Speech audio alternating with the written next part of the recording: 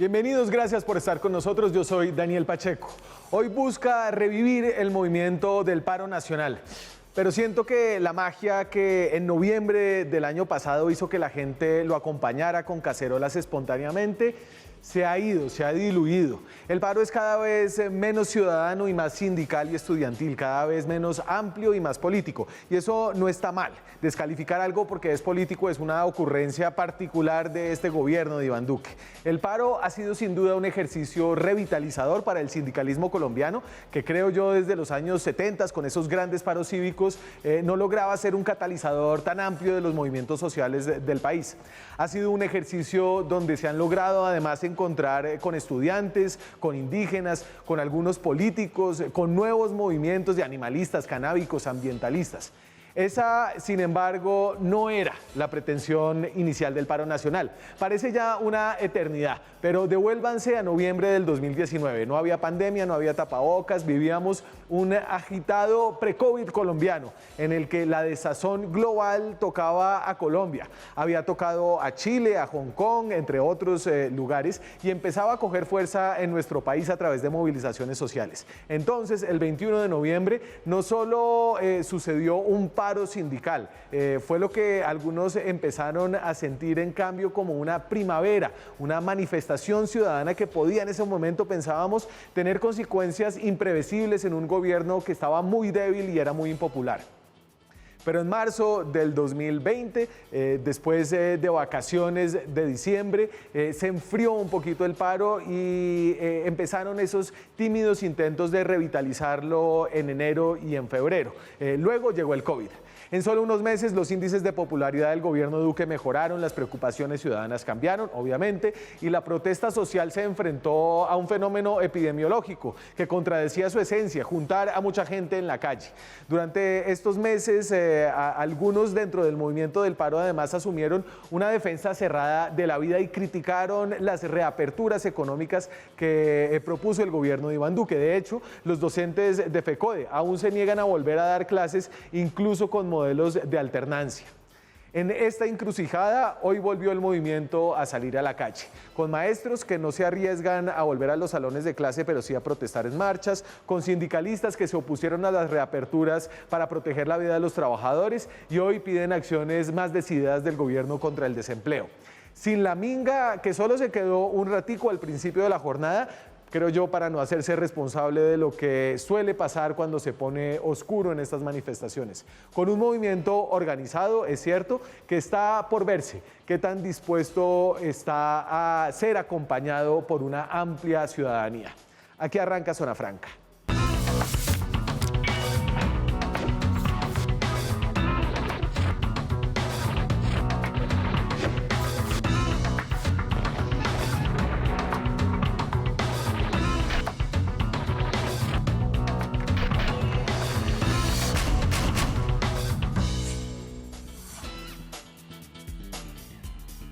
Estamos en directo esta noche en Zona Franca, son las 9:07 de la noche, estamos emitiendo desde Bogotá una jornada importante hoy del paro nacional, si bien no fue tan nutrida, fue absolutamente organizada, pacífica y en medio de lo que se podía, respetuosa de las dificultades que nos ha impuesto la pandemia. Un paro pacífico, sin lunares de violencia importantes, es una señal importante que manda esta organización enorme, llena de organizaciones, que es el Comité del Paro Cívico. Aquí les pongo un poco cómo se presentan ellos en uno de sus primeros comunicados, y es una colección de logos que nos habla de la cantidad de organizaciones sindicales, estudiantiles, etcétera, que está ahí. Entonces ahí podemos ver, por ejemplo, ACRES, que es una organización estudiantil, FECODE, los profesores, está la CUT, está la CGT, están distintos sindicatos de los bancos, de los sectores de hidrocarburos, etcétera, etcétera. Está también la bancada alternativa del Congreso de la República, eso es importante, es un comité cívico que tiene un componente político, está también el Congreso de los Pueblos. ¿Qué pedía el paro en 2019? Y solamente para hacer memoria, el pliego de arranque, el pliego bajo el cual se unió una cantidad de ciudadanía en noviembre del 2019, Era un pliego muy largo. Y aquí tuvimos esa discusión, eran 104 puntos en 13 ejes y 9 páginas. Había de todo. Garantías para el derecho a la protesta, pedían el desmonte del ESMAD, incluso antes de que la policía ejerciera un abuso de fuerza tan importante como el que vimos este mes en Bogotá, ya lo estaban pidiendo los miembros del Comité del Paro. Derechos sociales, reformas profundas a los sistemas de salud y pensiones, etcétera, ahí había mucho más. Derechos económicos, cosas como el retiro de Colombia de la OCDE. Trámite de proyectos anticorrupción, la agenda del Partido Verde, garantizar los derechos políticos a comunidades étnicas, cumplir los acuerdos de paz, cumplir los acuerdos previos con sindicatos y estudiantes, el retiro de una reforma tributaria y pensional que en ese momento no se había sometido a discusión del Congreso, pero que se venía hablando y que se lleva hablando todo ese año. ¿Cuál es el pliego ahora en el 2020? ¿Qué tanto ha cambiado el tiempo y las peticiones, las reivindicaciones del Comité del Paro? Creo que hay un ejercicio de sintetización, el pliego con el que salieron a llamar a las personas a la calle era un pliego por la vida, la democracia y el pliego de emergencia. Entonces, la vida, el tema del rechazo al asesinato de líderes sociales, acuerdos de paz, respeto y rechazo a los abusos de la fuerza pública, democracia, respeto al derecho a la protesta, independencia del Poder Judicial. El tema de la investigación de Álvaro Uribe en la Corte Suprema se filtra dentro del paro, el respeto al derecho a la protesta, obviamente luego de la decisión de la Corte Suprema de Justicia y los mandatos que le solicita al gobierno y a distintas entidades hace poco. Y el pliego de emergencia, esto ya más pensado para Colombia después de pandemia o en medio de la pandemia. Mejoras en el sistema de salud, renta básica para al menos 9 millones de hogares, esa es una propuesta que tiene un sector de la bancada alternativa, subsidio a la nómina para pymes, defensa de la soberanía y seguridad alimentaria, continuación del pliego de peticiones del 2019. Hay algunos avances, otras, digamos que repeticiones de lo que venían pidiendo en el pasado. Esta noche vamos a hablar con una de las personas que está en el comité de ese paro, una de las personas jóvenes, Jennifer Pedraza, es representante estudiantil de la Universidad Nacional, es economista, dirigente de ACRES, que es una de las organizaciones estudiantiles que están dentro del comité. ¿Qué más? ¿Cómo está Jennifer? Buenas noches. Hola, muy buenas noches. Un saludo para ti y para todas las personas que nos acompañan. Una jornada que hay que destacar definitivamente por su organización, por la ausencia de protesta violenta, la ausencia de vandalismo. Muy bien, eso como creo que la Minga dejó como una vara alta que todo el mundo quería cumplir, ¿no? Claro, por supuesto, y esto lo que prueba es que definitivamente el movimiento social de Colombia está listo para, digamos, seguir saliendo a las calles, eso sí, respetando los protocolos de bioseguridad y por supuesto que llamando a la ciudadanía que de forma pacífica manifestemos nuestro descontento con las medidas que recientemente el gobierno ha adoptado y también por los incumplimientos de los acuerdos suscritos con los distintos sectores sociales en años anteriores. Así que bueno, estoy muy contenta, la verdad, porque la movilización estuvo muy bien en varias regiones del país. Se desarrolló de forma masiva, por supuesto, con la Minga y con los estudiantes, trabajadores, FECODE, y bueno, estoy muy contenta por eso, la verdad. Sí, creo que eso era importante, obviamente frente a las sugerencias que había hecho el gobierno acerca de la infiltración de grupos armados en las manifestaciones de protesta y en los grupos de protesta, el antecedente de la Minga, y usted dice que van a seguir y que esto demostró que se puede seguir marchando en medio de esta situación. ¿Cuáles son los planes hacia el futuro y por qué seguir marchando? ¿Por qué seguir acudiendo a este mecanismo de protesta? Bueno, primero retomo lo que tú planteabas, por supuesto que es súper relevante, además en un contexto en el que el gobierno y particularmente el Ministerio de Defensa ha sido fiel enemigo del derecho constitucional y de la práctica del derecho constitucional a la movilización y a la protesta pacífica, así que creo que con esto quedan desmentidos varios de sus argumentos. ¿Por qué toca seguir marchando? Porque hasta ahora, y bueno, tú ahorita lo decías, es uno de los puntos que está solicitando el Comité Nacional de Paro, y es que exista una negociación sobre el pliego de emergencia que hemos construido distintos sectores sociales, respondiendo a las necesidades urgentes que la pandemia ha traído en cada uno de los sectores que nosotros y nosotras pues representamos.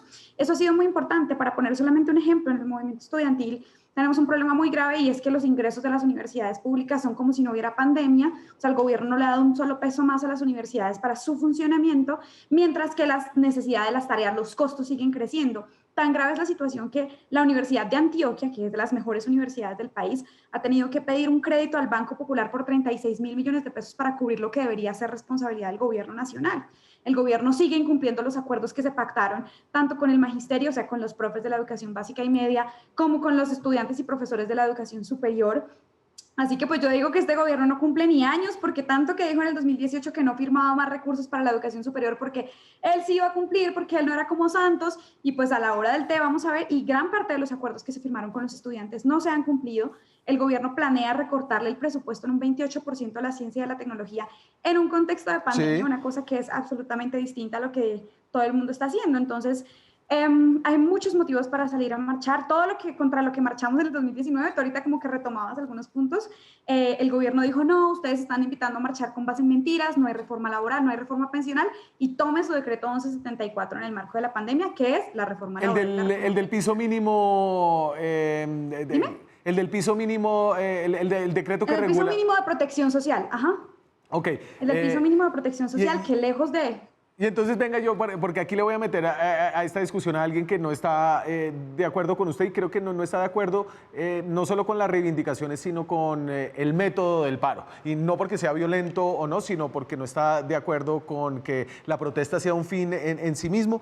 Carlos Chacón es abogado, tiene un máster en seguridad y defensa nacional, es ahora el director del Instituto de Ciencia Política Hernán Echavarría Olórzaga, que está en el centro a la derecha, más o menos. Carlos, no lo estoy desnaturalizando de su posición. Pues eso depende de qué considere usted derecha, ¿no? Porque en este país consideran derecha a muchas cosas, básicamente partidos proteccionistas, etcétera, alejados muchas veces de las prácticas que conceptualmente se pueden entender como derecha, pero ese no es el objeto del debate, creo yo. Creo que, si te parece, Daniel, entrando un poco en lo que arrancaste preguntando, vale la pena pensar, y saludo a la audiencia y un saludo muy especial a ti, un agradecimiento por la invitación y desde luego a Jennifer. Y claro, hay que reconocer que la manifestación fue pacífica, la de ayer, y eso le levanta el debate al derecho a la manifestación pacífica que consagra la Constitución, que no es derecho a la protesta y mucho menos al ejercicio de la violencia como mecanismo de expresión. Es el derecho a manifestarse pacíficamente y estuvo muy bien reivindicado, y es valioso que sectores del país minoritarios tengan la posibilidad de plantearle al gobierno y al Estado sus reivindicaciones, pero eso también hay que ponerlo en sus justas proporciones, porque es que uno no puede no lograr que la mayoría democráticamente mediante los canales institucionales respalden unas agendas políticas en las urnas, para luego por vías de hecho mantener al país en un estado de zozobra, de presión constante, en la enorme mayoría con el uso de la violencia por medio, bloqueando a las personas en sus lugares de retorno al trabajo, a sus hogares, generando caos, destrucción, etcétera, para tratar de imponer por vía de hecho una agenda que representa indudablemente, legítimamente los intereses de un sector de la población, pero que no ganó en las urnas, y que el mecanismo democrático es la urna, Sí. es la votación, es la elección. Las minorías tienen derecho, por supuesto, pero no a imponernos con el uso de la violencia y con el uso de las vías de hecho una agenda. Y hay un montón de cosas, digamos. Efectivamente, ¿quién puede estar en contra de que se proteja la vida de los líderes sociales? Yo creo que nadie. El país tiene que tomar unas medidas drásticas para proteger la vida de los líderes sociales. Y oh sorpresa, fíjense las contradicciones, Daniel, quienes están matando los líderes sociales, de acuerdo a los mismos reportes que citan quienes hacen el llamado a atención, como el Global Witness, reconocen tanto en 2019 como en 2020 que quienes matan a los líderes sociales son los que están vinculados al negocio del narcotráfico, que en buena hora, y hay que aplaudirlo y hay que decirlo, que así como la manifestación pacífica de ayer de la Minga, hay que reconocerlo, hay que reconocer la acción de la fuerza pública que destruyó 63 laboratorios de cocaína. Eso es magnífico y eso también hay que reconocerlo. Carlos, espérese, porque nos estamos atiborrando, pero creo que aquí hay cosas interesantes, y es la idea, Jennifer, de que la protesta pacífica tiene obviamente un lugar, tiene una función, pero que no se puede volver la manera de lograr lo que uno no logró por la vía electoral. Es decir, si usted no logró tener suficiente representación para aprobar los proyectos de ley que quiere, si no logró convencer a suficientes colombianos de votar a un presidente que tenga un proyecto similar al que usted tiene, no debería y no es legítimo, así no sea ilegal, digamos, no es legítimo utilizar la protesta como una forma interminable de hacer presión y de hacer obstruccionismo. Hola, ¿aquí hablo yo? Sí, hable usted, porque si no yo me toca volver. No, pues a ver, no es como que, lo primero que yo quiero decir es que no es como que a nosotros nos levantemos con unas ganas infinitas de pasárnosla marchando todos los días y de salir a marchar además en el marco de una pandemia. O sea, realmente es que nosotros hemos agotado, y hablo también particularmente a nombre del movimiento estudiantil, todas las vías posibles para poder dialogar con el gobierno nacional. No coincido con que la democracia se restrinja exclusivamente a votar una vez cada 4 años, ni que efectivamente sea una minoría. De hecho, en el 2018 los estudiantes mostramos y las estudiantes mostramos también que había un sentir mayoritario en la sociedad colombiana, digamos, planteando que era necesario fortalecer la educación superior. De fondo, en el planteamiento de Carlos está que este es un paro, digamos, político contra el gobierno particularmente, solo por unos puntos, o más bien como en una intención misma de sabotar. Y yo quiero decir que el Comité Nacional de Paro ha estado siempre dispuesto a conversar con el gobierno nacional, pero ha sido el gobierno nacional que no ha atendido varias de las peticiones que no, digamos que es, pues a mi parecer tienen mucho sentido. Ahora yo digo, porque él dice, no, entonces acá ganaron en las urnas, y entonces como ganaron en las urnas el presidente Iván Duque, entonces todo el mundo tiene que aguantarse, pues básicamente su gobierno. Y ya creo que eso restringe muchísimo la posibilidad que existe de control político, de debate sobre las decisiones que toma el gobierno nacional.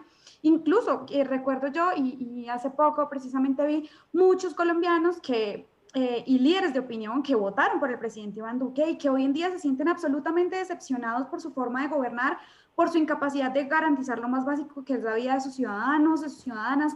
Dijo en campaña que no iba a permitir que hubiese megaminería en el páramo de Santurbán, y nos tocó en Bucaramanga salir otra vez a marchar para decir que oiga, que en serio que no.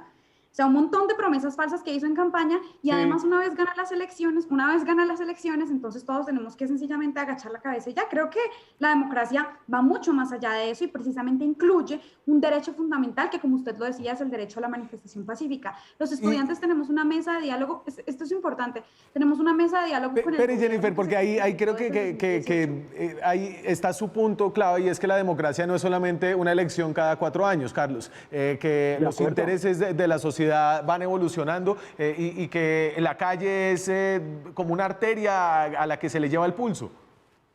Pero por supuesto, es que yo lo que estoy diciendo es que de alguna manera hay unas instituciones, efectivamente la democracia moderna y la democracia liberal garantiza que las minorías puedan participar, y existen mecanismos para que las minorías puedan participar. Pero eso también implica que hay unos procedimientos, y uno no puede usar las vías de hecho indefinidamente simplemente para tratar de que el gobierno, además es un pliego, ese pliego tiene de todo, absolutamente de todo lo divino y lo humano.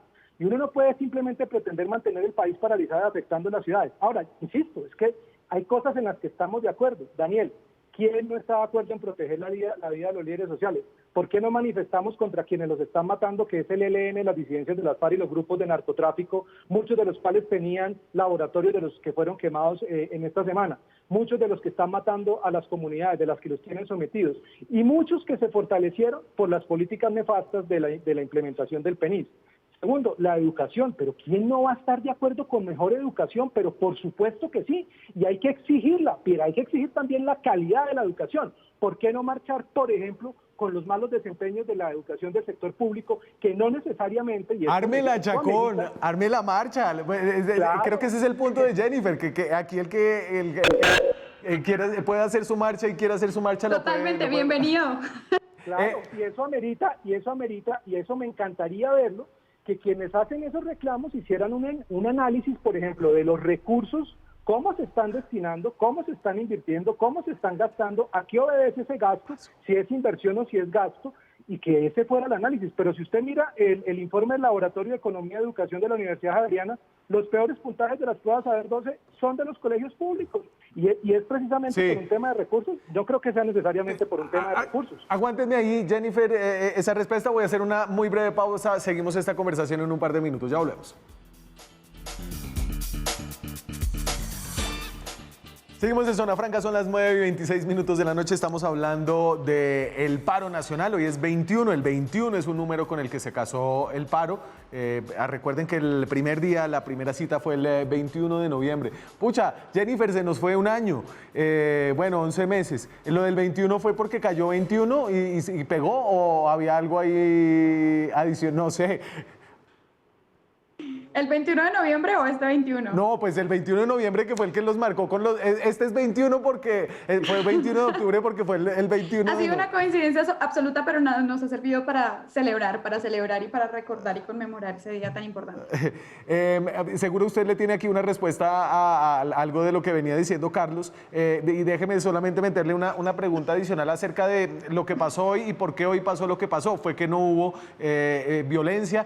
Es decir, es muy difícil controlar una marcha grande, es muy difícil controlar pequeños conatos de violencia y de vandalismo, pero hoy realmente lograron que se acabara cuando se acabó, que la gente saliera, que no hubiera desmanes. Eso se debió a los cambios en los protocolos después de la decisión de la Corte Suprema, al ejemplo de la Minga, a algo que ustedes hicieron adentro, ¿a qué? Bueno, primero quiero referirme a lo que estaba diciendo ahorita Carlos, que me parece que da en el punto que es la cuestión económica. Francamente, la intervención del gobierno para atender los principales problemas que han surgido en la sociedad colombiana fruto de la pandemia ha sido absolutamente mediocre. Si lo comparamos con el resto de los países del mundo, y no lo digo yo, sino que lo dice la OCDE, de hecho, a julio 3 del 2020 el gobierno nacional solamente había gastado el 2.8% del Producto Interno Bruto, y ya que estamos hablando de la Universidad Javeriana, el Observatorio Fiscal de la Universidad Javeriana dijo que el gobierno había constituido el FOME, pero que a la hora de gastar la plática para atender la pandemia, pues realmente se había hecho el loco y se sigue rigiendo su política económica por los postulados más dogmáticos y más ortodoxos, como si estuviéramos en una condición cualquiera, que definitivamente una pandemia pues es desconocer las condiciones en las que hoy está nuestra sociedad. Ha sido un gobierno tacaño a la hora de atender las necesidades de sus empresas, de sus ciudadanos, de los derechos de su gente, y además su política monetaria también ha sido, pues no ha reaccionado con decisiones no convencionales que otros gobiernos han respaldado en el marco de la pandemia, incluso organismos multilaterales. La segunda pregunta. Cuando me preguntas por qué pasó esto, yo creo que existe cada vez un mayor consenso en el movimiento social y en la sociedad colombiana sobre la idea de que la movilización pacífica es fundamental para blindar este derecho, para refutar los argumentos del presidente Iván Duque a la hora de seguir macartizando un derecho que está consagrado en la Constitución. Ustedes pues ya han visto todas las declaraciones del ministro de Defensa diciendo que, mejor dicho, el que salga a marchar lo peor. Hay una persecución clara al ejercicio de este derecho. Y en esa medida creo que existe un consenso cada vez más fuerte, un consenso social sobre la idea de blindar este derecho. Y bueno, pues yo he insistido en eso desde el 2018 y lo vuelvo a decir acá. Creo que es el mecanismo más eficiente para además visibilizar los problemas por los cuales estamos marchando y que realmente puedan lograr la solidaridad de toda la población colombiana. No somos una minoría, realmente representamos el sentir de distintos sectores organizados, que es algo muy importante. Carlos. Pues muchas cosas que decir, pero lo primero frente al tema... Pero no creo que las vaya a poder decir igual de rápido a Jennifer Pedraza. No, lo primero retomando el tema económico, que es el más importante, es que pues, lo que pasa es que tratar de igualar el gobierno durante la circunstancia con otros países sin esperar los resultados, pues a mí me encantaría que tuviéramos lo que pasó en Suiza, por ejemplo, o en Suecia.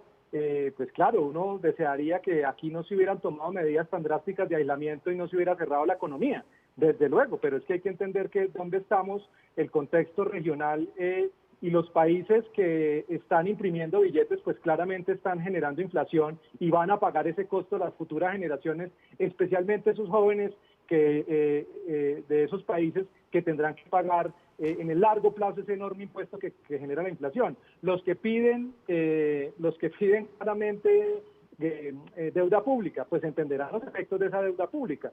Es que tratar, digamos, de pensar que la planificación central lo va a solucionar todo, pues es irreal. Vea, básicamente lo esencial es entender una cosa. Colombia está atravesando por unas situaciones muy complejas.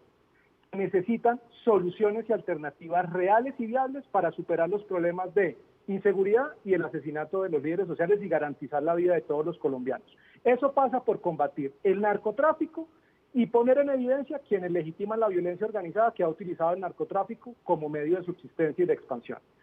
Pasa por garantizar una educación de calidad. ¿Y a usted le parece que el paro legitima la violencia? No, yo no estoy diciendo eso. Pues me surge la pregunta. No, es que cuando la manifestación es pacífica en los términos constitucionales, por eso yo arranqué diciendo que reconozco lo importante de la minga, que se movilizó de forma pacífica. Es que eso es lo que dice la Constitución. En ningún lado la Constitución dice tendrán derecho a destruir la propiedad pública y privada y usar encapuchados y tirar piedras y bloquear las vías de transporte. La manifestación es pacífica y eso está bien. Segundo, Daniel, el tema más importante es, aquí hay debates que hay que dar de cara precisamente a la recuperación económica. Aquí no hay cosas que se puedan volver tabú y que tengan que estar vetadas. Jennifer dice que hay unas medidas ortodoxas y rígidas y tal, pero precisamente, ¿qué problemas tenemos? Rigidez del mercado laboral. Necesitamos superar el desempleo. Con más rigidez del mercado laboral no lo vamos a superar. Con más deuda pública no vamos a recuperar la economía.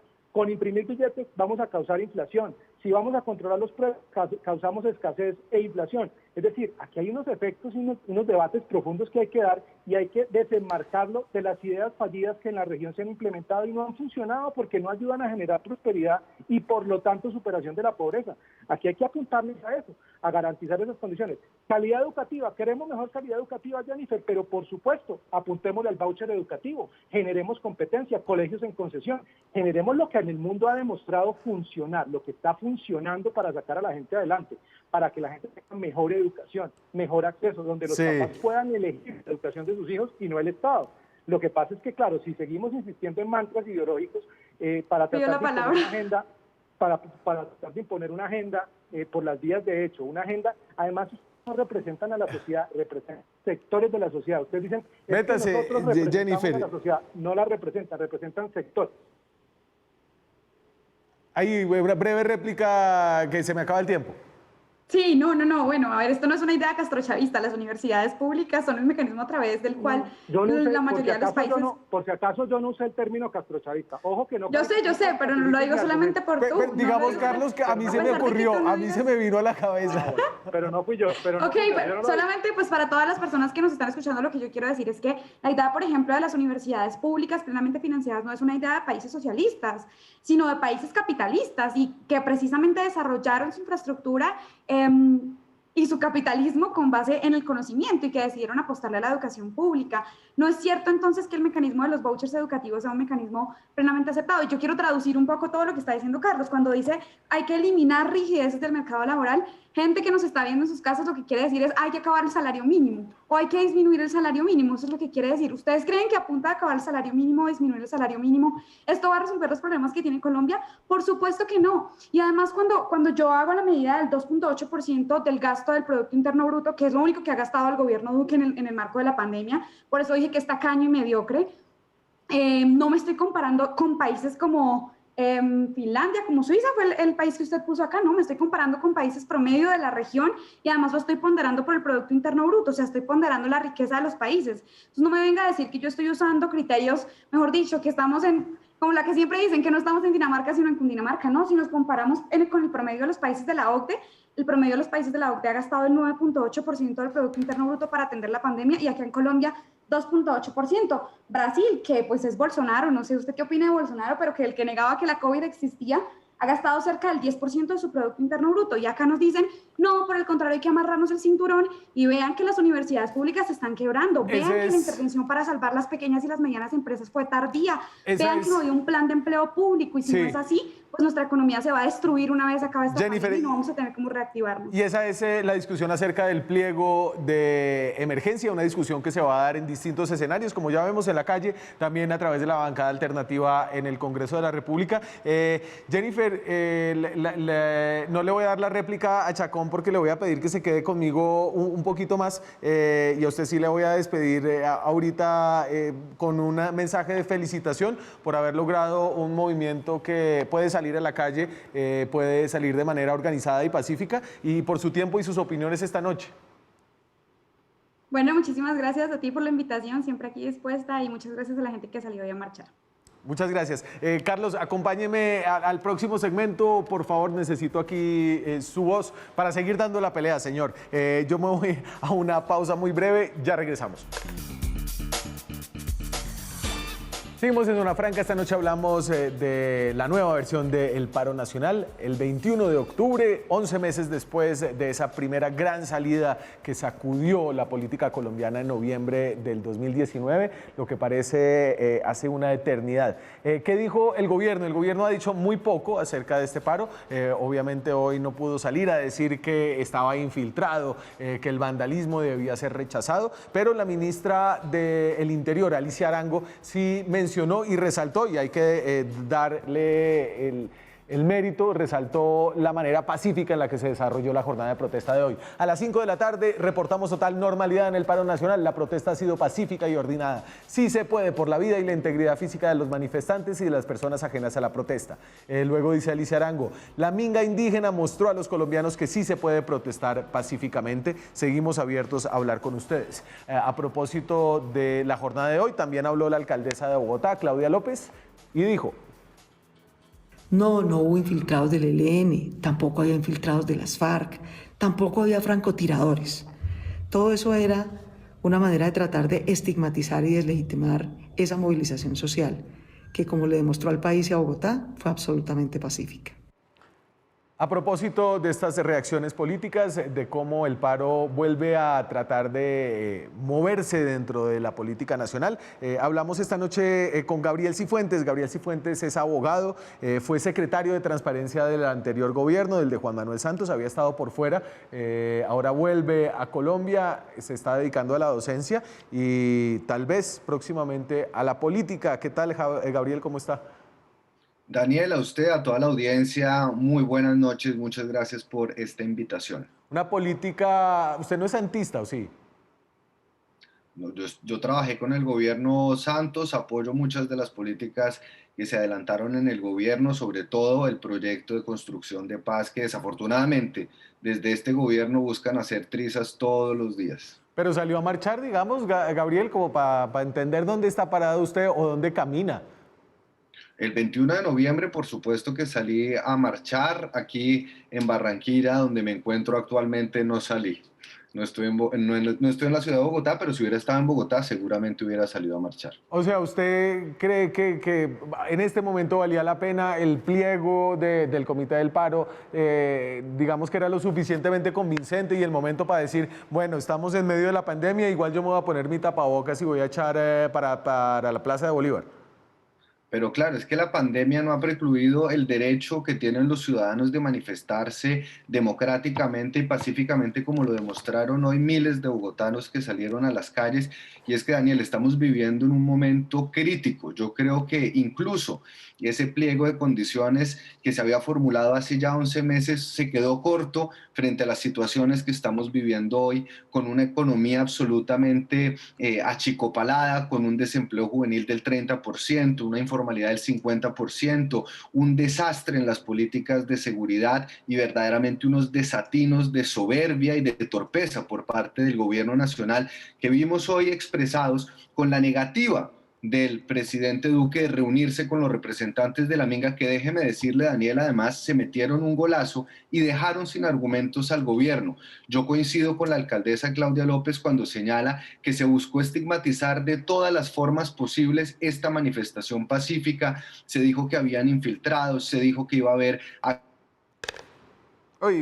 vandálicos, se han argumentado y se ha tratado de estigmatizar de cualquier manera, y hoy salieron pacíficamente, dejando el Coliseo absolutamente limpio y dejándole a la comunidad una sensación, y es: ellos tienen una voz, tienen unos reclamos, en las comunidades los están matando y tienen problemas que son el resultado de la ausencia absoluta del Estado, no durante estos 2 años, sino durante décadas. Y a los indígenas, así como a todas las demás comunidades, hay que escucharlas. El presidente Duque no es el presidente de todos los colombianos si no está dispuesto a sentarse a conversar con los ciudadanos. Y es que, Daniel, sentarse a conversar no es plegarse, sentarse a conversar es escuchar las necesidades de más de 2 millones de personas que han sido particularmente afectadas por la violencia, por el abandono del Estado, sí, por la discriminación, la pobreza y bueno, pues Todos conocemos las venga, yo meto condiciones aquí en las que a Carlos Chacón, que también está en esta discusión. Y Carlos, yo creo que Gabriel ya hace como un análisis, obviamente con la camiseta puesta, pero un análisis político de lo que ha sucedido y de cómo esto jugó a favor o en contra del gobierno. Usted no representa al gobierno, no habla por ellos, y me gustaría saber qué opina frente...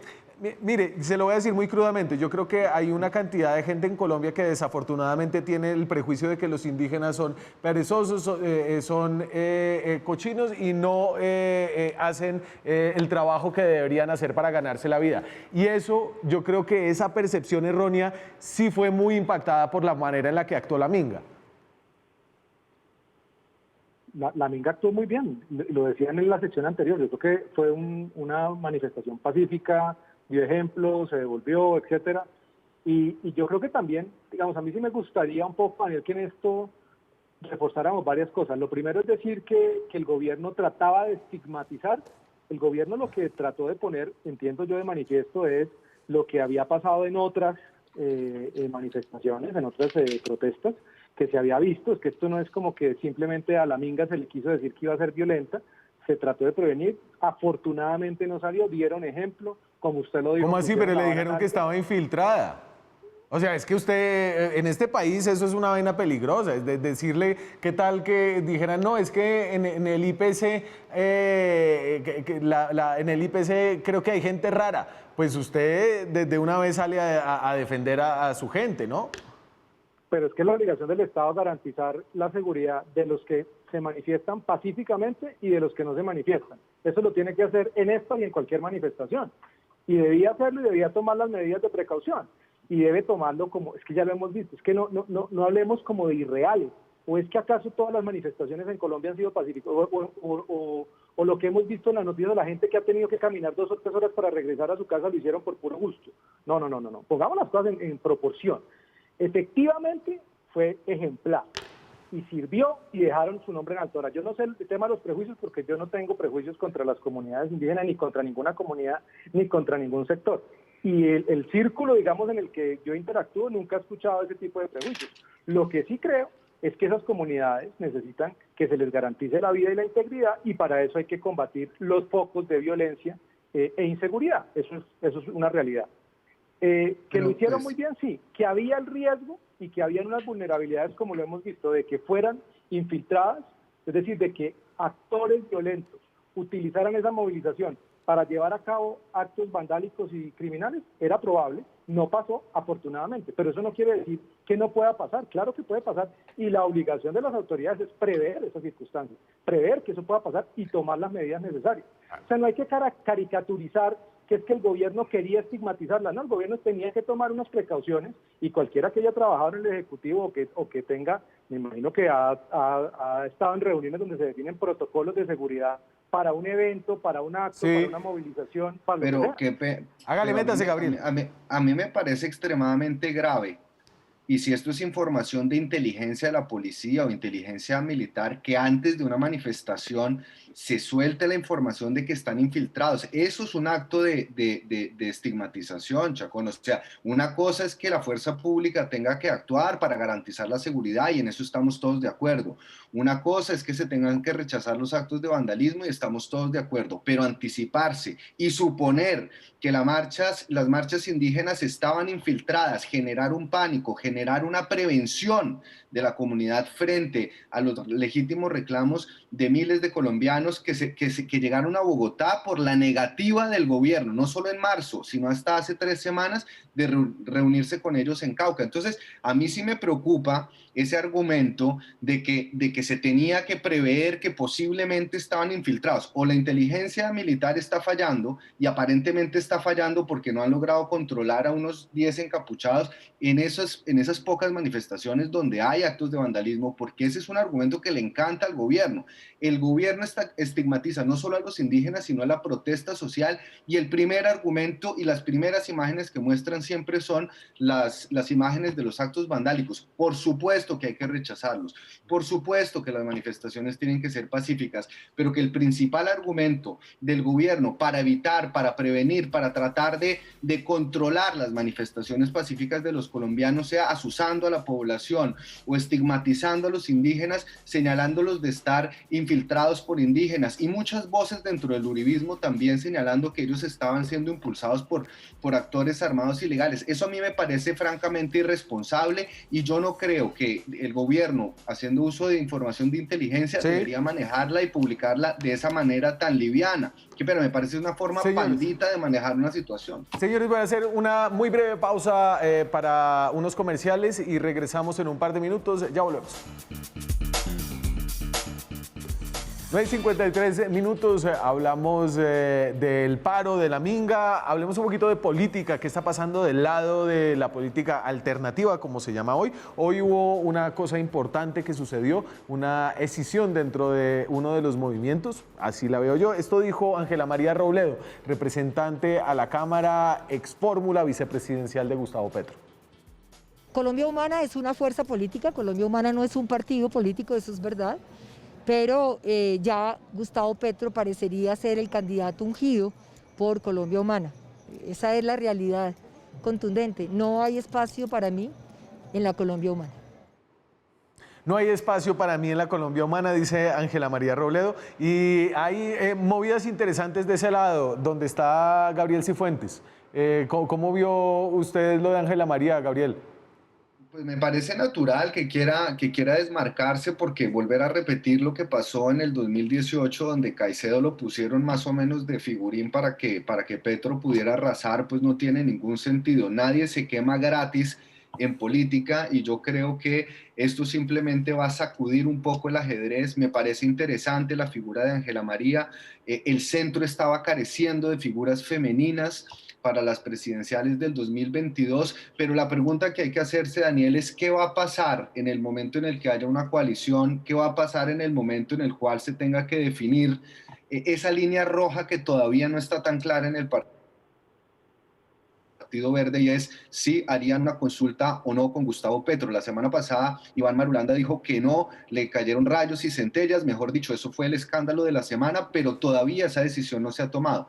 Hay que ver entonces, en un escenario de consultas, en un escenario de coaliciones, cómo jugaría el factor Petro, y si Ángela María Robledo en ese momento seguiría poniendo no los vetos, pero sí las prevenciones que ha manifestado el día de hoy. Pero le repito, a mí me parece que es una reacción absolutamente natural de una persona que ha hecho una política carrera Pero, seria. o sea, usted lo ve como una no reacción natural, es decir, porque ella quiere ser candidata, entonces dice que ya dentro de la Colombia Humana no tiene ese espacio, pero es una movida, Chacón, usted como es una movida, digamos, instrumental acerca de dónde poder desarrollar su proyecto político propio, o es una muestra de desacuerdos con la Colombia Humana y con Gustavo Petro. No, yo creo que es una movida, digamos. Además, yo creo que Gabriel dice que nadie hace nada gratis. Estoy de acuerdo, no hay almuerzo gratis, Gabriel. Seguramente las reposiciones de votos a quienes participan de ese tipo de proyectos, como el que participó Caicedo con Petro, pues dejan unas rentabilidades importantes.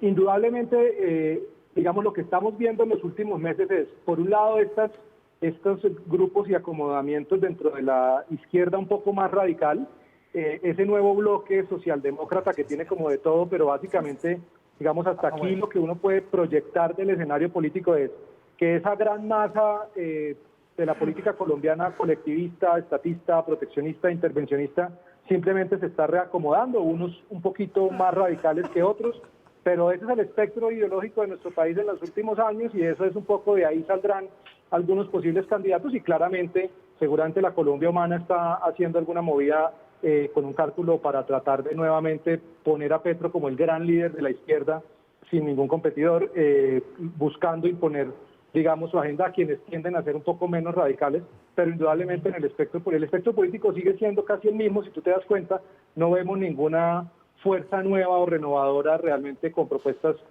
distintas radicalmente, Sí. sino es básicamente lo mismo. ¿Qué piensa, Gabriel? No, yo estoy en desacuerdo. Yo sí creo que en Colombia para el 2022 van a jugar unas fuerzas de renovación. Renovación no quiere decir cambiar totalmente las caras o los liderazgos que existen. Hay liderazgos muy positivos Creo que el país está enfrentando una de las mayores crisis, no solo a nivel de economía, sino también de seguridad pública, justamente en un gobierno de seguridad democrática como el que supuestamente tenemos en este momento, tema de desempleo, el tema de la pandemia que se va a seguir siendo un tema, el fracaso del gobierno Duque tratando de tirar por la borda el proceso de paz, y yo creo que la ciudadanía está cansada. La ciudadanía está cansada de los extremos, está cansada de los extremos de Petro, está cansada de los extremos de Uribe, y yo creo que en ese centro, que para mí siempre ha sido más un aspecto de ponerse de acuerdo, de establecer una metodología más que acordar una ideología, van a surgir liderazgos, van a surgir unas plataformas muy interesantes. Y recuerde usted, Daniel, que el 28 de octubre pasado el 27% de los votos en Colombia en elecciones regionales, que es algo muy diciente, fueron votos desasociados de los extremos y de las plataformas políticas tradicionales, y seguramente eso va a seguir creciendo para el 2022. No creo, como dice Chacón, que eso es lo mismo de siempre. Yo creo, por el contrario, que se están formando un proyecto de país muy interesante para el 2022, donde seguramente el Partido Verde va a ser un eje gravitacional y donde van a tener que aterrizar en una gran coalición Juan Manuel Galán, Cristo, David Luna, Fajardo también. Y eso va a ser una esperanza para millones de colombianos que están cansados de esa pelea y de esa polarización entre Petro y Uribe, como si el país no tuviera otros problemas, como si el país no tuviera otras prioridades. Lo voy a poner a hacer la marulanda. Usted, además fue en Los Mismos Gatos, ¿o no? Donde le sacaron eso a Marulanda. Sí. Un programa en el que participa Gabriel Cifuentes. ¿Usted está de acuerdo en una consulta entre el centro y la izquierda de Gustavo Petro o no? ¿O la primera vuelta? No, absolutamente no. Yo creo que a primera vuelta se tiene que ir este nuevo centro y las nuevas expresiones y movimientos que se vayan consolidando a lo largo de este año, y yo creo que el doctor Gustavo Petro tiene su proyecto político muy bien definido. Es una persona, y yo en eso coincido con el senador Iván Marulanda, que tiende a polarizar y que es muy difícil construir un proyecto amplio de país con un sector como con el petrismo. Y yo creo que es indispensable en el debate democrático, en el desarrollo de este ejercicio, que hayan diferentes voces, pero sí, creo que el centro tiene que adquirir su personalidad, y la personalidad del centro definitivamente, a mi juicio, está por fuera del proyecto político de Gustavo Petro. Hagamos un centro sin doctores. Bueno, los médicos y los que tienen doctorado, Gabriel. Carlos, oiga, a ambos muchas gracias por acompañarme esta noche, por su tiempo, por sus opiniones, y ojalá vuelvan por acá. Muchas gracias a usted, Daniel, y un abrazo a Chacón. Igualmente, un abrazo fuerte. Chao, que estén bien. A nosotros se nos acabó el tiempo esta noche. Nos vemos mañana con más periodismo, más debate, más opinión. Chao.